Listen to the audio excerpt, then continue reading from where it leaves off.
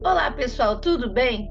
Esse é mais um vídeo do canal Educaberge. Hoje nós vamos fazer uma entrevista por um tema que é antigo, mas que muita gente ainda pergunta, então nós resolvemos trazer à tona, porque sempre é importante, que é a ISO 9000. E para falar que é a ISO, né, nem só a 9000, nós temos já várias ramificações. Para falar sobre esse tema, nós trouxemos o Dr. Gilberto Sampaio. Ele é engenheiro mecânico pela Universidade Federal Fluminense, com especialização no Japão. Como gerente de engenharia da Apollo Produtos de Aço, coordenou a certificação da empresa com base na ISO 9002, em janeiro de 1990, a segunda obtida no Brasil. Mestre em engenharia de produção pela UFRJ, atualmente pesquisador associado ao Centro de Referência em Inteligência Empresarial CRI, Laboratório de Gestão do Conhecimento da COP UFRJ, e professor das pós-graduações Master on Business of Knowledge Management e Web Intelligence and Data Analytics, ambos da COP UFRJ. Tudo bom, Gilberto? Olá, tudo bem, Angélica? Em primeiro lugar, muito obrigado aí pelo convite, que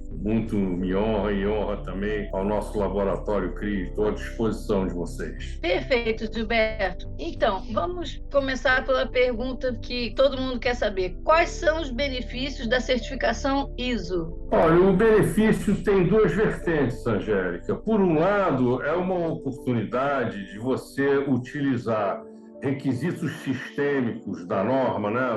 Falando aqui, referenciando a norma 2015, usar esses requisitos que são bastante interessantes, bastante relevantes dentro de um contexto de uma empresa, como uma referência segundo a qual você pode estruturar a sua empresa, não é? E explicitar conhecimento, compartilhar conhecimento, disseminar conhecimento dentro da organização. Quer dizer, esse é, a meu ver, um benefício do ponto de vista técnico, do desenvolvimento do ponto de vista técnico.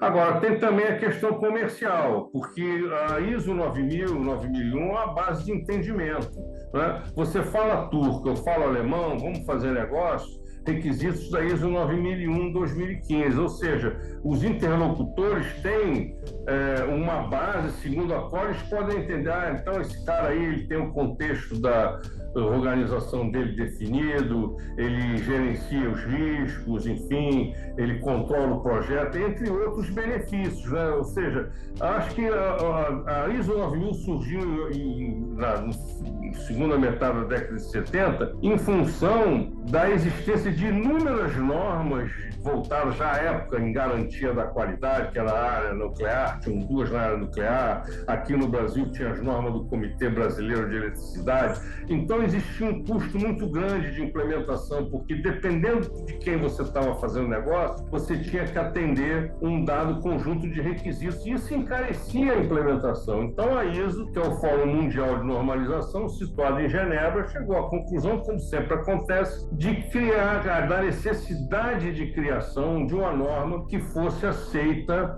em toda a comunidade mundial. E assim foi feito, saiu em 87 essa norma, adotada na sua primeira versão aqui no Brasil em 1989. E falando especificamente da ISO 9000, o que ela abraça? Quais são as...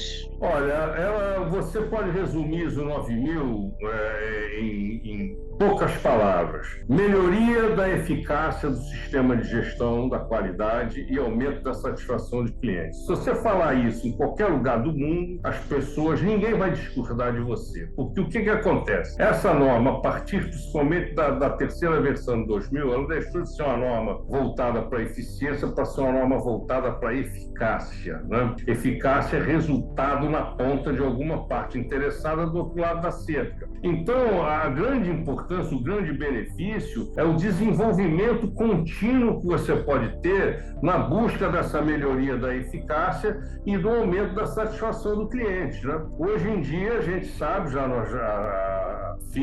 podemos dizer assim, a era industrial, né? Todo o comando na relação, todo o drive de uma relação de negócio hoje vem de dentro para fora da organização. Então, a satisfação do cliente é uma coisa fundamental, não é apenas algo da qual a organização depende em termos de sobrevivência, mas principalmente em termos de perpetuação. Então, eu entendo que esse conjunto de requisitos, que é um conjunto, sobretudo, de bom senso, é muito importante e é oportuno que as organizações utilizem para montar esse sistema e ter aquela interlocução com os outros atores aí no mercado. E que empresas que deveriam fazer essas certificações? Porque você fala muito dos benefícios, acho que já estão claros, né? Que são justamente a melhoria contínua, a satisfação do cliente, mas que empresas que deveriam fazer? Olha, essa norma, ela foi lançada inicialmente voltada para a indústria. Você olhava a norma de 87, a norma de 94, era muito claro, né? Eles preconizavam de um lado um fornecedor, do outro lado um cliente, no qual uma relação no qual o fornecedor tinha que prover confiança da sua capacidade de atender os requisitos desse cliente, sendo preventivo no seu sistema.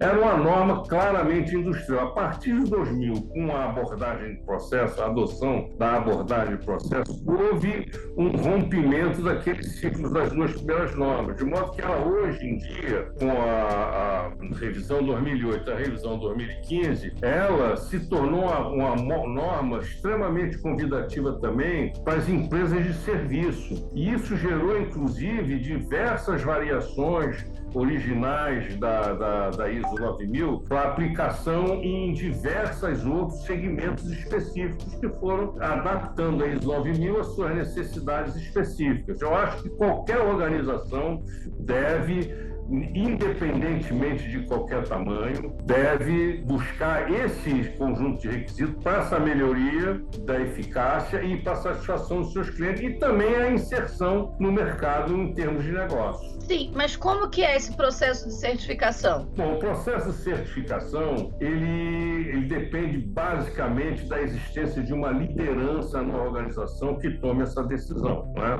Porque, evidentemente, quando você alinha, não se trata de você alinhar a sua organização a ISO 9000, né?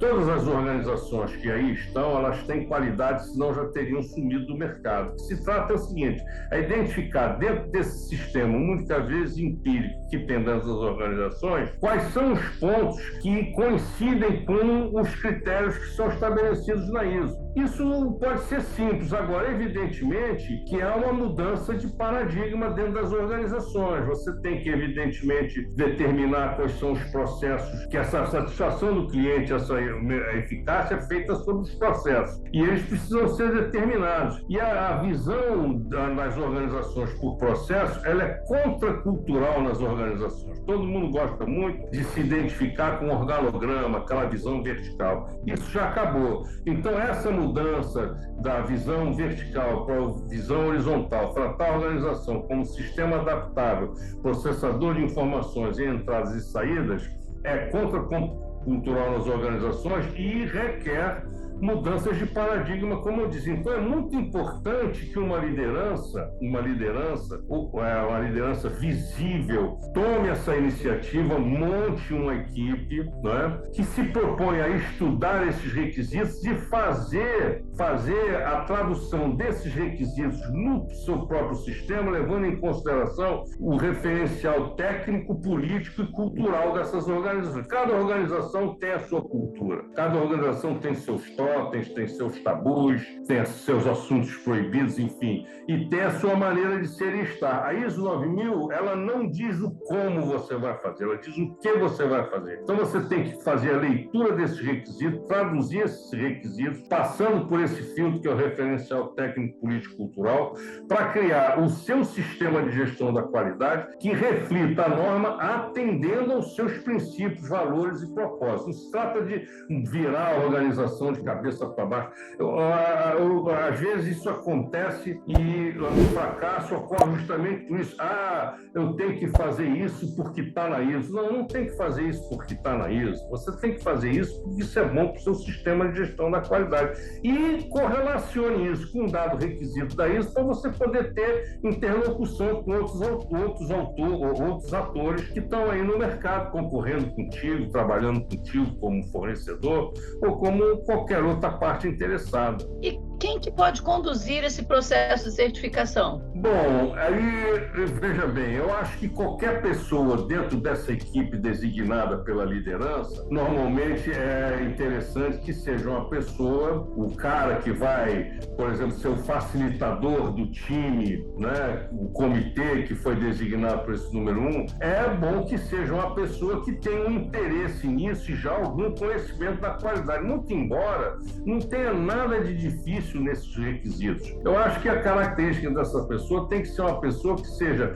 aberta a mudanças, que tenha curiosidade, que tenha vontade de aprender, que tenha vontade de crescer, que seja um grande negociador, porque vai ter que discutir e explicar isso no âmbito da sua organização. E isso é um ponto fundamental, a comunicação e a multiplicação no processo, porque muitas vezes a resistência é interpretada como um mal, mas o cara não está resistindo porque ele não quer, porque ele não gosta. Ele não está resistindo porque ele não está entendendo do que se trata. Então é preciso que fique muito claro para todos os envolvidos, e esses envolvidos têm que ser de cima a baixo na organização, dentro do escopo em que se quer essa certificação. Isso tem que ficar muito claro para as pessoas que não se trata de uma ameaça, se trata de um resultado em que todos vão ganhar, a organização principalmente. E sim, a gente já fala de várias ISO, mas tem duas que são muito conhecidas, que é a 9001 e a 14001. Qual é a melhor? Existe uma que é melhor? Como é que é isso?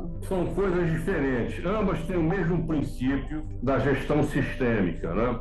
A ISO 9000, ela é uma norma voltada para a qualidade. Todo o processo, Angélica, tem dois tipos de saída. Tem saídas intencionais e as saídas não intencionais. As saídas intencionais são aquelas que a gente busca melhorar, né? Que é aquelas que vão ter um impacto nos seus clientes. Mas todo o processo também gera, enfim, impactos ambientais, gera acidentes. Quer dizer, a ISO 9001, ela trata nesse lado da qualidade, as saídas intencionais dos processos.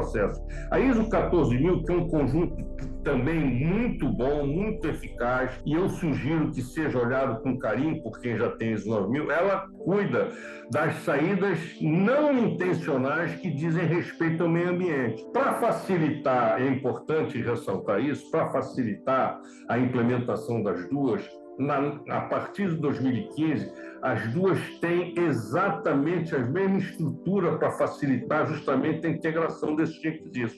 E como você tem que determinar os seus processos, você, nesses seus processos, vai ver quais são os esforços que você tem que fazer para, digamos, incrementar a qualidade e ter mais satisfação, melhor impacto nos seus clientes, e também determina que ações nesse processo você vai ter que fazer para mitigar eventuais desvios que vão gerar impactos, vão gerar poluição, vão gerar perdas, desperdício e por aí vai. São duas normas que têm o mesmo princípio, né? São referências mundiais, dois comitês diferentes. Um é o comitê 176 e o outro acho que o 206, que aliás é o maior da ISO, que é desses sistemas.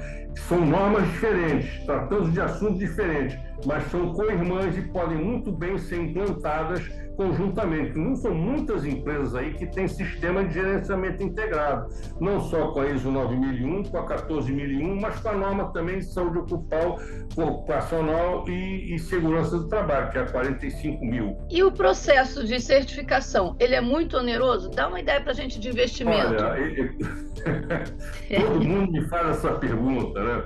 Olha, quanto tempo, né? Quanto tempo nós vamos levar e quanto é que custa? Olha, eu vou dizer um negócio para você. Se aparecer alguém que te fizer uma resposta exata sobre isso aí, você desconfie, porque não é possível isso. Cada organização tem seu histórico e cada organização, de acordo com as suas crenças, seus valores, seus propósitos, sua cultura, tem uma resposta diferente aos processos de mudança. Eu não considero que seja um processo oneroso, porque o custo-benefício é muito grande. Perfeito?